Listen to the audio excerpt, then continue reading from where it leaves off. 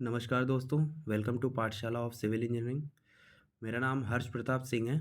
जैसा कि अभी तक मैंने अपना नाम नहीं शेयर किया था आप लोगों से, बिकॉज़ मैं थोड़ा बिज़ी था अपने पढ़ाई में। बट अभी मेरे काफ़ी रिज़ल्ट्स आए हैं, मेरे सारे एग्ज़ाम्स क्लियर हुए हैं, तो मैं आपसे अपना एक्सपीरियंस शेयर करना चाहता हूँ कि आपने तो थंबनेल देख ही लिया होगा कि हम किस बारे में बात करेंगे। मेरा तो मेन मेन फ़ोकस्ड एग्ज़ाम जो मैं जिसके लिए मैं प्रिपेयर कर रहा था, वो है एसएससी जेईई।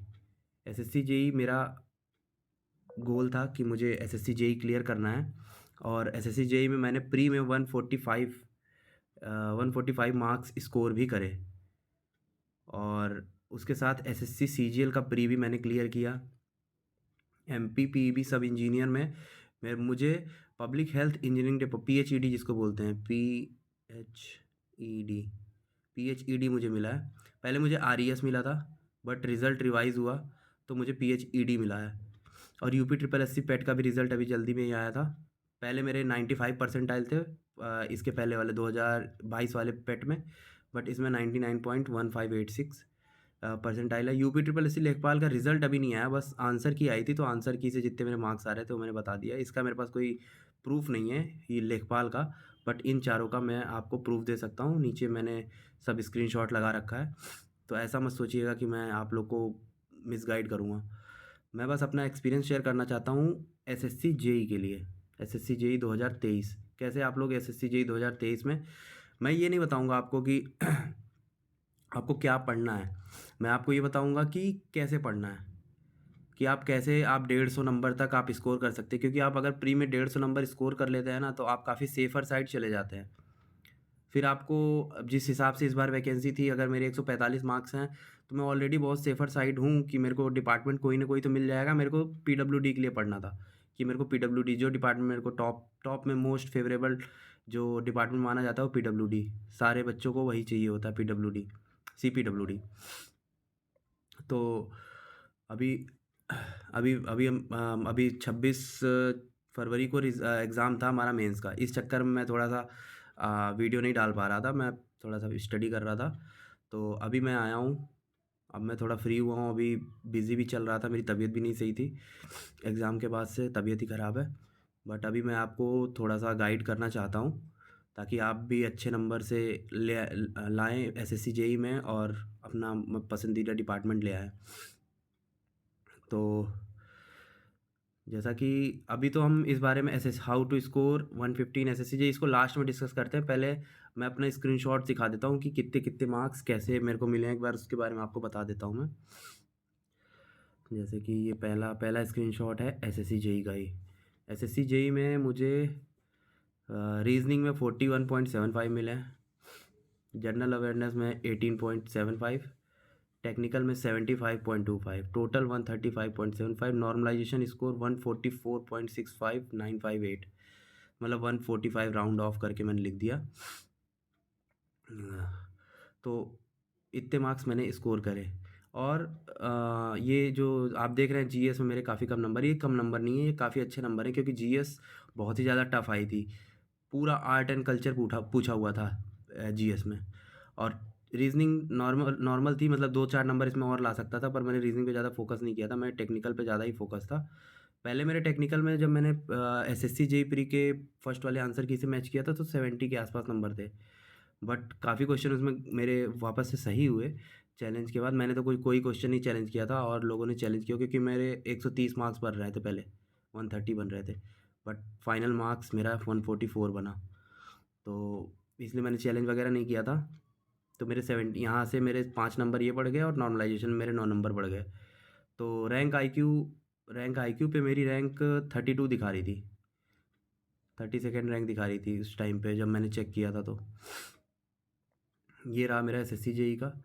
और इसके आगे मैं आपको अपना एमपी सब इंजीनियर, यहाँ पे आप देख सकते हैं हर्ष प्रताप सिंह।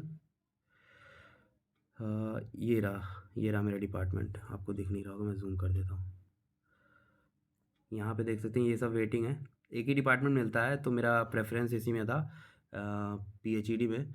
तो कार्यालय प्रमुख अभियंता लोक स्वास्थ्य विभाग जल निगम यूआर, मैं जनरल से हूँ, तो और वैसे भी मध्य प्रदेश, मैं यूपी का हूँ, तो मध्य प्रदेश में जनरली काउंट होऊंगा।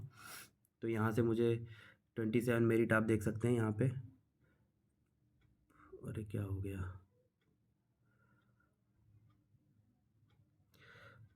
हाँ फिर से आ गया, एक मिनट।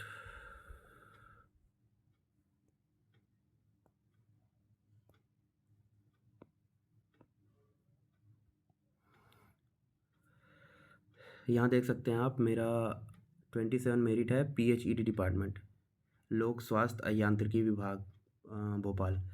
तो और बाकी में वेटिंग भी है, बाकी वेटिंग लिस्ट क्लियर हो ही जाएगी, जो भी मैं चाहूँगा वो मेरे को डिपार्टमेंट मिल जाएगा।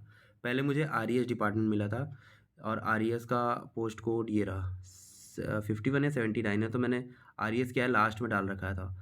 मुझे पता नहीं था RES अच्छा डिपार्टमेंट है MP सब इंजीनियर का, बट कोई नहीं, अब ये मिल गया है मेरे को। इसका DV का डेट भी आ जाएगा जल्दी। WRD का आ गया है डेट, WRD डिपार्टमेंट जो था उसका DV का डेट आ गया है, आप देख सकते हैं जाके WRD की साइट पे। और आगे, इसके आगे मैं दिखाता हूँ आपको, ये है SSC CGL एग्ज़ाम टायर 1। आप यहाँ से देख सकते हैं SSC CGL में भी मैंने क्वालिफाई किया, मेरे अप्रॉक्स 116, मैं जस्ट बॉर्डर पे ही हूँ, बट एग्ज़ाम क्वालिफाई कर लिया है मैंने। बट मैं उसका मेंस नहीं देने गया। मेंस इसलिए नहीं देने गया मैं, क्योंकि मैं एक एक तो रीज़न ये था कि मेरी टाइपिंग मैंने करा नहीं था बिल्कुल। और क्योंकि 26 को तो मेरा SSC JEE का प्री था, और 3 तारीख को मेरा SSC CGL का था, तो फिर मेरे टाइपिंग हो नहीं पाया। मेरी टाइपिंग स्पीड है 23 आई थी, तो फिर मैं इसलिए देने नहीं गया। और बट यहाँ पे मैंने प्री क्वालिफाई किया है, 115 जनरल की कट ऑफ है, मेरे 116 पॉइंट समथिंग नंबर है। वो मार्क्स वाला स्क्रीनशॉट मैं नहीं ले पाया था। और ये यहाँ पे आप देख सकते हैं यूपी पैट में ये हर्ष प्रताप सिंह, ये मेरी फ़ोटो। मार्क्स मेरे 73 थे, नॉर्मलाइज होकर 76 हुए, और परसेंटाइल 99.15, मतलब टॉप के मैं 20,000 स्टूडेंट, टोटल 38 लाख बच्चों ने पेपर दिया था। 38 लाख बच्चों, मतलब जब बच्चों ने फॉर्म भरा था, पेपर पता नहीं कितने ने दिया था, तो 20,000 के आसपास मेरी रैंक होगी इसमें। और तो कोई नहीं है अभी फ़िलहाल। और अब मैं बात कर लेता हूँ इस बारे में कि SSC JEE में आप कैसे, SSC JEE 2023 में कैसे आप 150 मार्क्स ले आए। देखिए, मैं बस ये बताऊंगा आपको कि कैसे आप पढ़ाई करें। अभी क्या पढ़ाई करना है वो मैं अगली वीडियो में आपको बताऊंगा। अभी सिर्फ ये बताऊंगा कि कैसे आप पढ़ाई करें। अभी आपके एग्ज़ाम में अप्रॉक्स अभी क्या चल रहा है, अभी चल रहा है मार्च चल रहा है, अप्रैल मई जून जुलाई अगस्त, शायद अगस्त या सितंबर में पेपर है, तो आपके पास 5 से 6 महीने बचे हैं। और SSC JEE क्वालिफाई करने के लिए एक एवरेज बच्चे के लिए बता रहा हूँ मैं, जैसे मैं बिलो एवरेज बच्चा था जब मैंने तैयारी चालू किया था, तो मतलब मेरे को कुछ भी नहीं आता था। मेरे को, आप ये जान लो, मेरे को विस्कोसिटी मतलब नहीं पता था। विस्कोसिटी मतलब क्या होता है, सिविल इंजीनियरिंग के स्टूडेंट,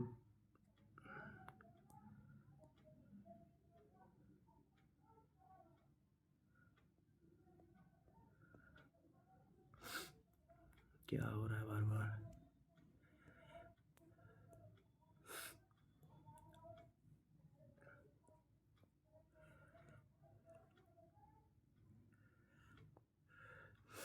एक सिविल इंजीनियर को विस्कोसिटी के बारे में तो पता होना चाहिए था, लेकिन जब मैं आया था तो मुझे बिल्कुल ही नॉलेज नहीं थी। मैंने 2019 में अपना बीटेक कंप्लीट किया है सिविल इंजीनियरिंग से। और मेरा प्राइवेट कॉलेज ही था, ऐसा कोई यूपीटीयू का कॉलेज था एक, कोई मैंने IIT NIT से पढ़ाई नहीं करा है।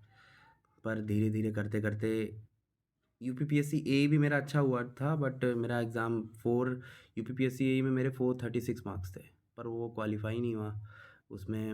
उसका एग्ज़ाम 28 मई को था, जैसे अभी D triple S B JE ये एग्ज़ाम भी मेरा क्वालिफाइड है, बट रिज़ल्ट नहीं आया इसलिए मैंने इसको लिखा नहीं है ये, क्योंकि मेरे काफ़ी अच्छे नंबर आ रहे हैं इसमें जहाँ तक मुझे लग रहा है। तो ये इसलिए मैं इसको डाला नहीं, क्योंकि इसका रिज़ल्ट नहीं आया। तो मैं बात कर रहा था कि कैसे पढ़ाई करना है आपको। देखिए, सबसे पहले देखिए, कंपटीशन को निकालने के लिए आपको सारी चीज़ें रिकॉल करना ज़रूरी है, कि सारी चीज़ें आपके दिमाग में प्रेज़ेंट टाइम में रहें। क्योंकि अगर लगभग आपके कोर अप्रॉक्स मान के चलिए 13-14 सब्जेक्ट हैं सिविल इंजीनियर के। तो 13 से 14 सब्जेक्ट को एक बार में माइंड में रख के जाना, एक दिन में पेपर देना, 2 घंटे में, 2 घंटे का पेपर होगा आपका एसएससी जेईई का। तो 2 घंटे में पूरा पेपर आपको देना तो बहुत बड़ी बात होती है, 13 से 14 सब्जेक्ट। क्योंकि आप ये 13 से 14 सब्जेक्ट 4 साल में पढ़ते हैं, अलग-अलग सेमेस्टर में। ये बहुत मेन सब्जेक्ट्स होते हैं सिविल इंजीनियरिंग के, और यही एक बार में आपको रिकॉल करना बहुत बड़ी बात होती है। इसके लिए सबसे अच्छी चीज़ होती है शॉर्ट नोट्स। शॉर्ट नोट्स या फिर माइंड मैप। ये मैंने तो माइंड मैप बनाया था। माइंड मैप का इतना अच्छा फ़ायदा मिलता है आपको, कि आपको चीज़ें रहती हैं कि कहाँ पे, मतलब माइंड मैप भी बहुत साइंटिफिक चीज़ है। आप इसके बारे में देख सकते हैं, यूट्यूब पे बहुत सारी वीडियोस पढ़िए कि माइंड मैप कैसे बनाया जाए। माइंड मैप क्या होता है कि आप चीज़ों को अलग कलर से, अलग डिब्बे में, अलग बॉक्स, सर्कल, सब चीज़ें अलग-अलग दिमाग में स्टोर रहती हैं आपको, कि इसका इस बॉक्स में ये लिखा हुआ था, ये एरो बना-बना के सब, मतलब 5 जैसे मेरा ट्रांसपोर्ट में मैंने हाईवे का हटा के जो ज्योमेट्रिक डिज़ाइन वगैरह था, ये सब मैंने लगभग 2 पेज में निपटा दिया था। 2 या 3 पेज में मेरा पूरा ट्रांसपोर्ट था, और सारी चीज़ें थी उसमें। मैं आपको अपना शॉर्ट नोट्स भी शेयर कर दूँगा। अगर आप डिमांड करेंगे तो मैं आपको अपना शॉर्ट नोट शेयर कर दूँगा। जिसको चाहिए मैं प्रिंट आउट करा के, बस आप उसका प्रिंट आउट करा के मैं आपको भेज दूँगा, या फिर पीडीएफ भेज दूँगा, जैसा भी रहेगा। कोई चार्ज नहीं रहेगा उसका। आप वहाँ से देख सकते हैं कि शॉर्ट नोट्स कैसे बनाएँ, कि आपके नंबर अच्छे आ जाएँ प्री में। और मेंस का भी सेम यही फंडा है। एसएससी जेईई मेंस का भी सेम यही फंडा है, कि आपको शॉर्ट नोट्स, उसमें भी यही सारे सब्जेक्ट्स आते हैं, पर उसका सिलेबस थोड़ा इससे कम है, बट उसमें चीज़ें बहुत लेंदी रहती हैं, तो उतनी चीज़ें रिकॉल नहीं कर पाता इंसान। और सबसे ज़्यादा दिक्कत आती है डिप्लोमा वाले बच्चों के लिए। उनको थ्योरी, वो डिप्लोमा वाले बच्चे क्या होते हैं, वो न्यूमेरिकल तो बहुत आराम से सॉल्व कर लेते हैं। उनको तो न्यूमेरिकल देख के अच्छा लगता है कि, और बीटेक वाले क्या रहते हैं, वो थियरी भी कर लेते हैं। उनको थियरी का बहुत अच्छा, मतलब लिखने का एक प्रैक्टिस रहता है, क्योंकि उन्होंने इतना पेपर दिए होते हैं। तो डिप्लोमा वाले थियरी पे भी अपना फ़ोकस करते हुए चलें, क्योंकि आपको प्री नहीं देना है, आपको मेंस भी देना है। वो मेंस में आप देख ही रहे हैं कितने दिन का टाइम मिला था, बहुत कम टाइम मिला था। मतलब मान के चलिए कितने, 28 को पेपर हुआ था, और इधर 26 फरवरी, 28 नवंबर को पेपर हुआ था, नहीं 15 नवंबर को पेपर हुआ था। 14, 15, 16 को पेपर था शायद। और 3 महीने भी नहीं मिले थे पूरे, आप मान के चलो 3 महीने भी नहीं मिले पूरे। 70 दिन के आसपास मिले हैं। तो आपको इतने दिन में पूरे सब्जेक्ट को पूरा कन्वेंशनल टाइप से आपको तैयार करना होता है। तो आप अगर अभी से तैयार करते हुए नहीं चलेंगे तो बहुत दिक्कत आने वाली है। फिर आपको लगेगा कि अब कुछ हो नहीं पा रहा है, फिर आपको ऐसे, मतलब डिमोटिवेशन फ़ील होगा। भले आप 150 नंबर ले आएँ, आपका सिलेक्शन तो हो जाएगा, पर आपको डिपार्टमेंट नहीं मिल पाएगा। आप अगर प्री ही सिर्फ़ पढ़ के जाएँगे, बिना मेंस तैयार किए, तब भी आपके पता है आप 120-30 नंबर आराम से ले आएँगे। अगर आप प्री अच्छे से 150 नंबर लेके आते हैं तो 120 से 30 नंबर आपके आराम से आ जाएँगे। क्योंकि 120-30 नंबर की तो थियरी आती है, जो एक नॉर्मल बच्चा कर सकता है। मतलब उस 120-30 में से इस बार तो थियरी कुछ ज़्यादा ही आई थी। 120-30 में से एक नॉर्मल बच्चा 70-80 70 नंबर की थियरी अप्रॉक्स कर सकता है। उसमें से उसके नंबर आ जाएँगे 40-50 के आसपास, अगर ठीक-ठाक थ्योरी लिखता है तो। 40-50 नंबर आ जाएँगे। और न्यूमेरिकल भी बहुत लेंदी नहीं आता है, छोटे-छोटे न्यूमेरिकल आ जाते हैं। तो आप मेंस में लगभग 150, इतना इतना आप अटेम्प्ट कर सकते हो आराम से बिना तैयारी किए। और बाकी 150 के लिए 300 नंबर का होता है टोटल, बाकी 150 के लिए आपको वो करना पड़ेगा मेहनत। उसके लिए आपको प्रिपेयर करना पड़ेगा प्रॉपरली। तो मेंस के लिए मैं एक अलग से बता दूंगा कैसे करना है। अभी प्री की बात कर लेते हैं। तो प्री में आप पहले तो माइंड मैप बनाइए। मैं सजेस्ट करूँगा कि आप शॉर्ट नोट से अच्छा माइंड मैप बनाइए, क्योंकि वो मेरे को बहुत फ़ायदा दिया। माइंड मैप चीज़ों को रिकॉल करने का सबसे बेस्ट तरीका है। अगर आपका माइंड मैप सारे सब्जेक्ट के बन गए, आपको इन 5 महीने में कैसे करना है, आपको दिन भर में ऐसा मत सोचना आप कि आप दिन भर में 4 या 5 घंटा पढ़ के एग्ज़ाम में अच्छे नंबर ले आओगे। ठीक है, एग्ज़ाम क्वालिफाई हो जाएगा पर नहीं आएंगे। आपको मिनिमम 8 घंटे तो पढ़ने पड़ेंगे। 8 घंटे तो आपको पढ़ाई करने ही करने हैं। अगर आप 8 घंटे पढ़ा, इससे ज़्यादा पढ़ाओ। आप विश्वास नहीं करोगे, मैं दिन में 12 घंटे के आसपास पढ़ता था, 12 प्लस मान लो आप। करना पड़ता है यार, क्योंकि एग्ज़ाम क्वालिफाई करने के लिए ऐसा नहीं है कि यूपीएससी के लिए 12 घंटे भी नहीं पढ़ता कोई। एग्ज़ाम सारे एक जैसे होते हैं, बस सिलेबस चेंज होता है। यूपीएससी के लिए भी आपको यही टाइम मिलेगा, बट वो क्या है कि सिलेबस टफ रहेगा और चीज़ें बहुत आपको ज़्यादा ही कंसंट्रेट करना पड़ेगा। यहाँ भी मैं 12 घंटे पढ़ता था। 8 घंटे अगर आप पढ़ते भी हो तो 8 घंटे में से आपको 6 घंटे देना है प्रैक्टिस को, क्वेश्चन प्रैक्टिस, और बचे 2 घंटे। 2 घंटे में सिर्फ रिवीजन करना है आपको।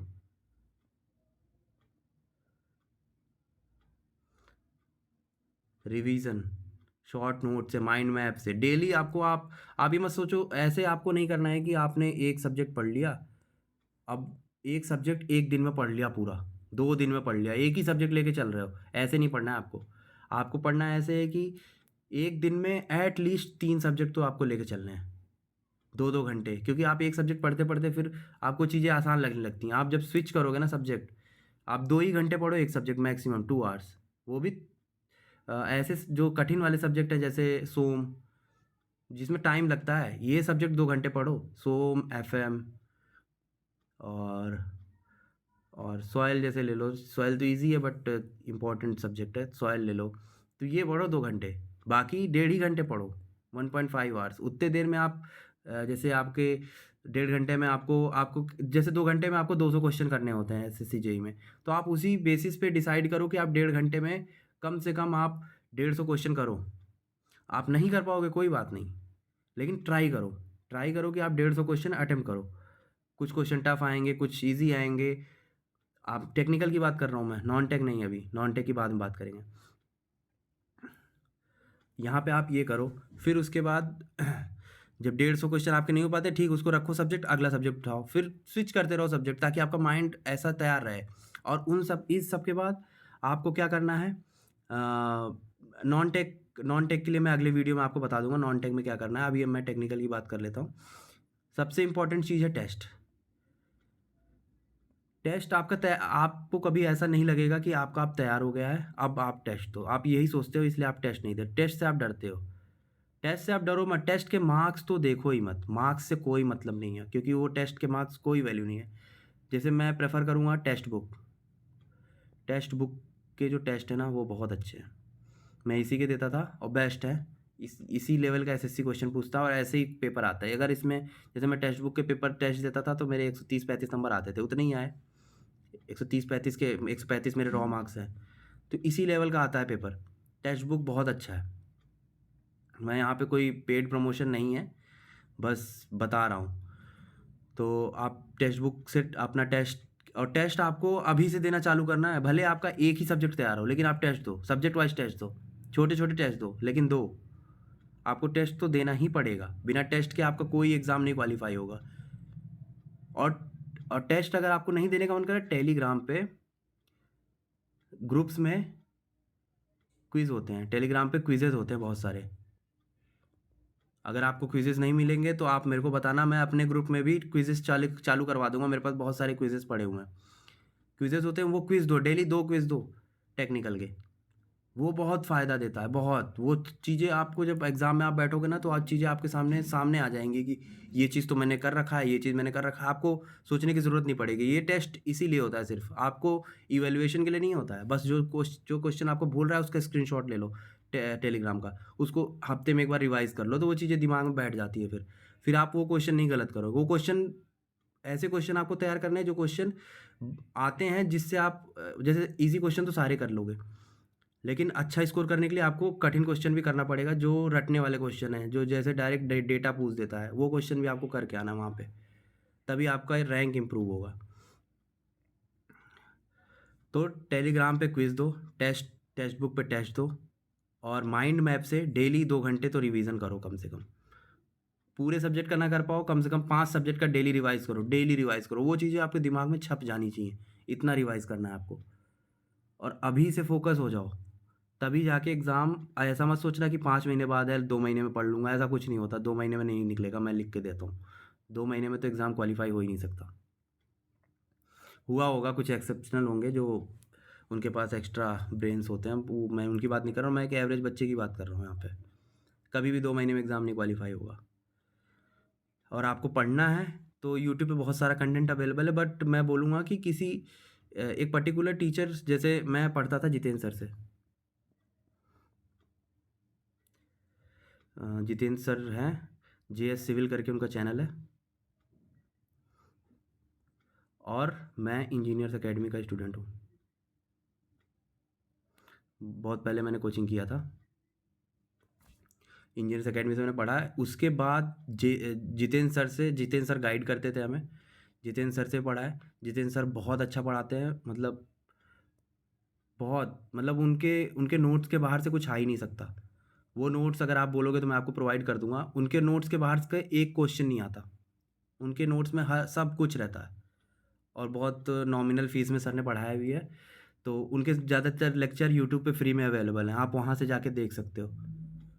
वो एई लेवल पे पढ़ाते हैं, जितेंद्र सर एई लेवल का पढ़ाते हैं। आप एई लेवल तैयार करो, जेई तो आपका हो जाएगा। तो आप, जो चीज़ें आपको नहीं समझ में आती, आप मेरे को बताओगे तो मैं, जैसे अभी मैं भी आपको सोच रहा हूँ कुछ चीज़ें आपको पढ़ाने की कोशिश करूँ, बट अभी टाइम नहीं मेरे पास, क्योंकि मेरी जॉइनिंग भी आने वाली है। अगर टाइम मिलता है तो मैं ज़रूर ट्राई करूँगा आप लोग को गाइड करूँ और पढ़ाऊँ भी थोड़ा बहुत, जो आपको चीज़ें क्लियर ना कर पा रहे हो कि ये कैसे होता है, वो कैसे होता है। मैं आपको सब्जेक्ट की थियरी नहीं पढ़ाऊँगा, लेकिन चीज़ें आपको प्रैक्टिकल बताऊँगा कि ऐसे होता है। क्योंकि मैं चीज़ों को प्रैक्टिकल देखता हूँ तो ही मुझे याद होती हैं, मुझे पता है कि क्या-क्या क्योंकि ऐसे किताब की चीज़ें याद नहीं होती। तो आप लोग इतना ऐसे करो अभी। अभी मैं अगला वीडियो कुछ दिनों में डालूँगा। अभी यार तबीयत भी नहीं सही है मेरा, और इस टाइम आज तो त्योहार भी है, आज तब भी मैं वीडियो बना रहा हूँ। मैं 2-4 दिन में वीडियो डाल दूँगा, जैसे ही टाइम मिलेगा आपको कैसे पढ़ना है और कहाँ से पढ़ना है। टेस्ट के लिए तो बता दिया मैंने, टेस्ट आप आज से ही चालू कर दो। सेक्शनल टेस्ट देना आज से ही चालू कर दो, वो बेटर रहेगा आपके लिए। टेस्ट देते रहो, डेली एक टेस्ट दो, और टेलीग्राम पे क्विज़ चालू करो। अगर आपको टेलीग्राम पे अपने ग्रुप में क्विज़ करवा, मेरे मेरे चैनल या ग्रुप में क्विज़ करवाना है, तो आप मेरे को वहाँ पे मैसेज करो। मैं देखता हूँ, जैसा भी हो पाएगा मैं करूँगा। और जितना भी मैं कर सकता हूँ आप लोग को करूँगा, और सब कुछ फ्री है अभी, कुछ कोई कॉस्ट किसी पे नहीं लगाएंगे हम, कुछ भी नहीं है अभी। बिल्कुल, आप लोग बस क्वालिफाई करो एग्ज़ाम, जिस मेथड से बता रहे हैं हम। ठीक है, अगर आपको कुछ डाउट होता है तो आप कमेंट बॉक्स में लिखिए, मैं सारे कमेंट्स पढ़ता हूँ और रिप्लाई करूँगा। सब सारे कमेंट्स के रिप्लाई आपको मिलते भी हैं, आप देखते होंगे तो। और चैनल को हमारे सब्सक्राइब ज़रूर करिए, ताकि हम आगे भी आपको गाइड करते रहें। अगर अगर वीडियो पसंद आती है तो वीडियो को लाइक भी करो आप, और नहीं पसंद आती तो डिसलाइक भी कर सकते हो आप, और हमें बताओ कि क्या क्या गलत बोला मैंने, या फिर कुछ हमें सुधार की क्या ज़रूरत है। ठीक है, और आपको मैं ये इसका पीडीएफ आपको मैं शेयर कर दूंगा अपने चैनल पे, टेलीग्राम चैनल पे, वहाँ से जाके आप देख सकते हो पीडीएफ को। अगर आपको कुछ पूछना है तो चैनल में पूछ सकते हो, मैं वहाँ रिप्लाई करूँगा। कमेंट बॉक्स में लिख सकते हो, कमेंट बॉक्स में भी मैं रिप्लाई करूँगा। और कुछ डाउट आता है आप मुझे वहाँ बात करो, मैं वहाँ पे अवेलेबल हूँ। ठीक है फिर, ओके, थैंक यू, और हैप्पी होली आप सभी लोगों को।